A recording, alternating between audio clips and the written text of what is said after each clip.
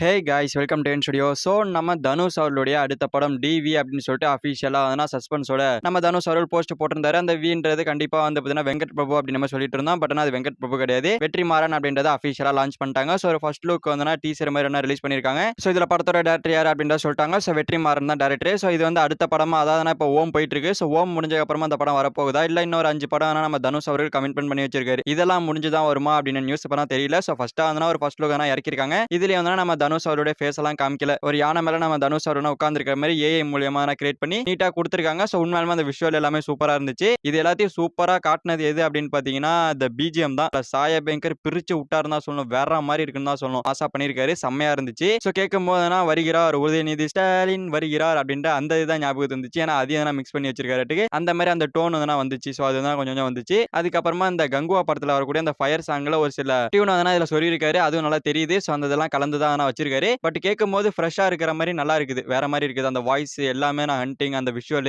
எல்லாம் பார்க்கும்போது செம்மையா இருந்துச்சுன்னு தான் சொல்லணும். ஸோ அதை விட இது சூப்பரா தான் இருக்குது. சாயபேங்கர் போக போக மியூசிக்ன்றத பட்டையை கிளப்பிட்டு இருக்காரு. அந்த வகையில் இதுல மாஸ் சம்பவம் கொலை சம்பவம் பண்ணிட்டாரு. ஸோ சூப்பரா இருக்குது. ஸோ இதை தாண்டி இப்போ அனிருத் ஏதாவது பிஜிஎம் போறேன்னு சொல்லிட்டு தூக்கிட்டு வந்துருவாரு. பாப்போம் அடுத்தடுத்து என்னென்ன வருது அப்படின்னு சொல்லிட்டு. ஸோ அந்த வகையில் நம்ம தனுஷ் அவர்கள் அஃபிஷியலா சொல்லிட்டாரு தமிழ் முருகன் அப்படின்ற ஒரு படத்தை நடிக்க போறேன் அப்படின்னு சொல்லிட்டு. முருகனை பேஸ் பண்ணி தான் அந்த ஒரு படம் வரப்போகுது. ஸோ கிட்டத்தட்ட முருகனை பேஸ் பண்ணி இன்னும் 2 படங்களும் அனௌன்ஸ்மெண்ட் பண்ணிருக்காங்க. அதுல ஒன்னு என்டிஆர் அவர்கள் அனௌன்ஸ்மெண்ட் பண்ணிருக்காரு. ஸோ தமிழ் முருகனை வச்சு நான் ஒரு படம் பண்ண போறேன் அப்படின்னு சொல்லியிருக்காரு. அண்ட் இன்னொரு பக்கம் சேயன்னு சொல்லிட்டு நம்ம சிவகார்த்திகேயன் அவர்கள்னா தமிழ் முருகனை வச்சு ஒரு படம் எடுத்துட்டு இருக்காரு. அது அங்கங்க தான் டச் பண்ணுவாங்கன்னு நினைக்கிறேன். முருகனை அந்த அளவுக்கு டீடைலா காட்ட மாட்டாங்க. ஏன்னா அதனா கமர்ஷியல் என்டர்டைன்மெண்ட் படங்கிறனால அந்த அளவுக்கு முருகனை பத்தி சேயன் படத்துல எதுவும் இருக்காது. அங்கங்க அதனா ஒரு சில ரெஃபரன்ஸ் தான் இருக்கும், மற்றபடி இருக்காதுன்னு நினைக்கிறேன். பட் இந்த தமிழ் முருகன் படம் அப்படி கிடையாது. ஸோ முருகனுக்காகவே முருகனை வச்சு ஃபுல்லா எடுக்க போறாங்கன்னு நினைக்கிறேன். முருகனுடைய பயோபிக் அது எல்லாத்தையும் சேர்த்து வச்சு எடுக்க போறாங்கன்னு நினைக்கிறேன். இப்படிதான் நம்ம தனுஷ் அவர்கள்னா ஓம் டைரக்டரோட சேர்ந்து அப்துல் கலாம் அவர்களுடைய பயோபிக் எடுக்கிறேன்னு சொல்லி ஒரு அனௌன்ஸ்மெண்ட் வந்துச்சு. ஸோ அதே மாதிரி இந்த ஒரு படமா இருக்கும்னு நினைக்கிறேன். ஸோ வெற்றிமாறன் அவர்கள் இப்போ அரசன் பண்ணிட்டு இருக்காரு. இதை முடிச்சிட்டு அவர் பாத்தீங்கன்னா ராஜன வகைரா அதை ரிலீஸ் பண்ணுவாரு. அதுக்கப்புறமா வடச்சென்னை 2 எப்போ வரும்னு தெரியல. சோ இத்தனை படங்கள்